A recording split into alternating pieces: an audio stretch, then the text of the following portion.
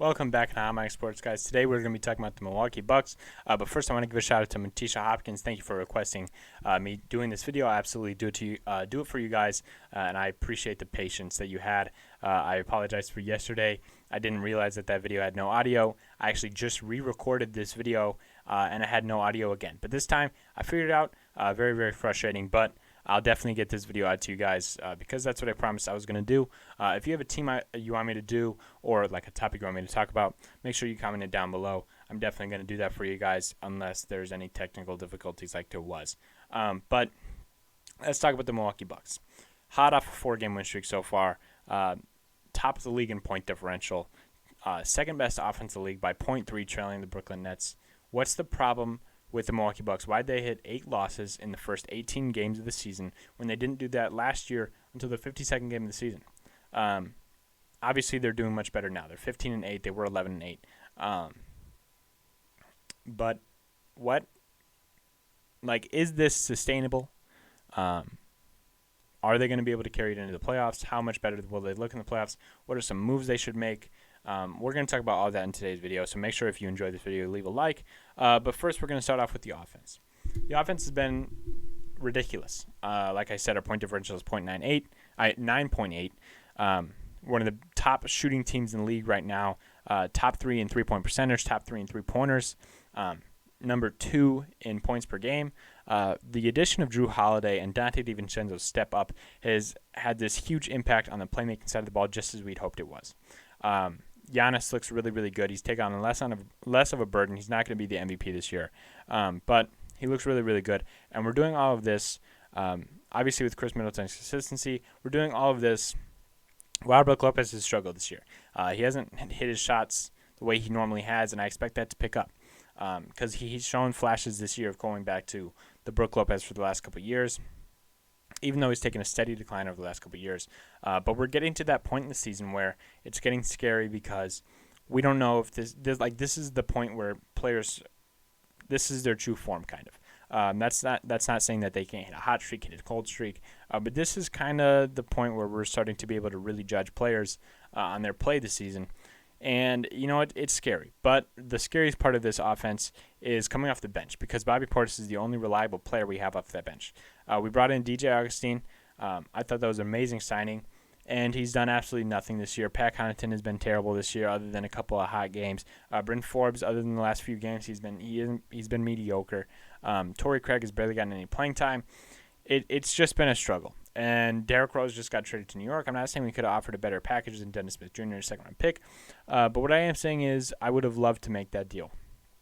A player like Derrick Rose that can come off the bench, give you 14 a night on like 6 assists to play quality starter minutes off the bench. We need a guy like that, especially heading into the playoffs. It's one of our biggest weaknesses that Coach Bud plays our bench as much as he does, and our bench sucks. And it was like that last year. It just wasn't as bad. We had guys like George Hill that can knock down the shot, who I really, really, really, really wish we had now. He's actually a perfect player for this team, but we gave him up for Jrue Holiday, which is, is not terrible, but we need bench play.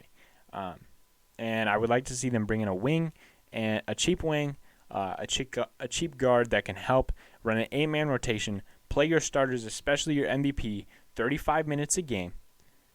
Maybe not all regular season games, but play it like it's the playoffs against these competitive teams. And then go into the playoffs and play your guys damn near 40 minutes a game, especially in the second round. Because winning in 6 in the first round and losing in 5 in the second round is not going to get you anywhere.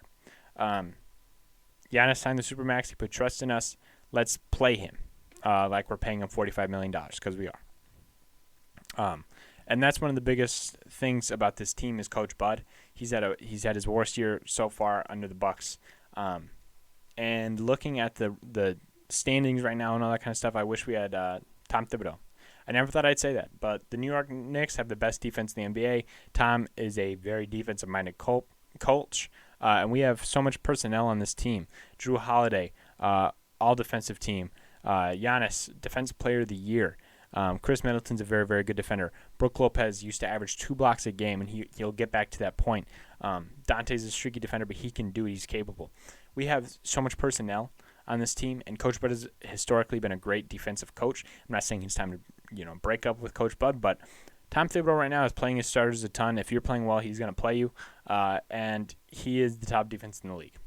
So looking at Tom Thibodeau, I wish we would have been able to pick him up. I wouldn't have called that Tom Thibodeau would have been a candidate for Coach of the Year, and he might not be, but Tom is exactly the fit. And if Coach Bud can run a different scheme on defense, if he can fix the minutes, or I'm taking that off the table. I'm saying Coach Bud is our guy, but Tom Thibodeau on paper works.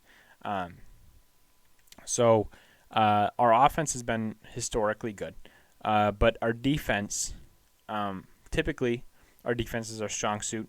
Number one defense in the league for the last 2 years. We have all the personnel, like I mentioned. What's going on? Well, our defensive schemes allow the three-point shot to be shot at the highest rate in the NBA. Actually, third highest rate in the NBA. We are 27th in three-pointers made allowed. Horrendous, especially when you're talking about the three-point era. That's the number one thing you should be guarding. Look at our conference. We got guys like the Brooklyn Nets who will shoot your face off.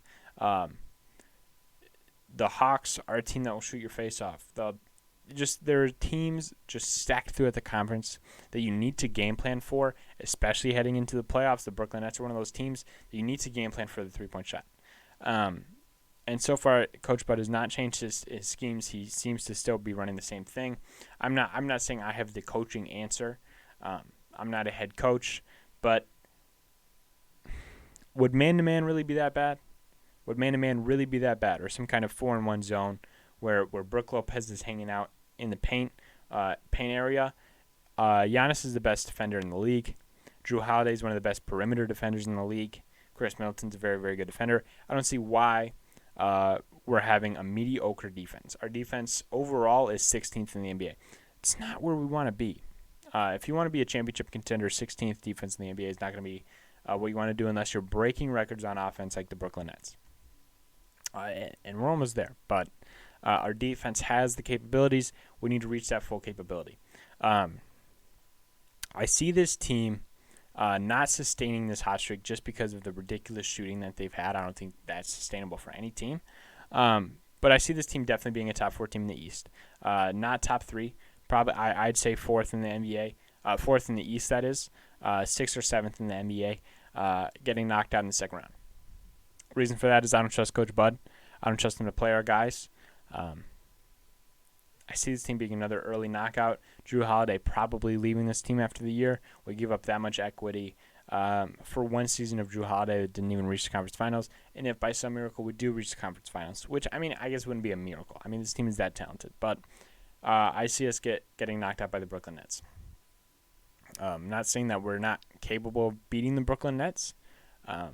We definitely are. But the direction of this team is not great, even though they're coming off the best week. Obviously, this is a really tough time to make this video because they're coming off such a great week. So I really want to look forward to see how they continue this play over the next 2 weeks. And I'll make sure to make an outlook whenever you guys request that.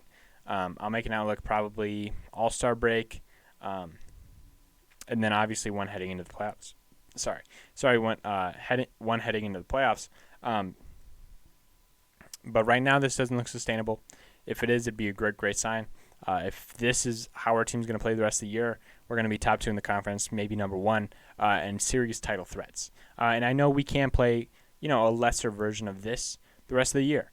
And I hope we can. So leave your comments on your thoughts on the Bucks right now, your outlook on them. Clay Taylor is absolutely great talking about the Bucks. He does it almost every single night. So go check him out. I'll leave his channel link in the description, and I'll see you guys in the next one. All right? Peace.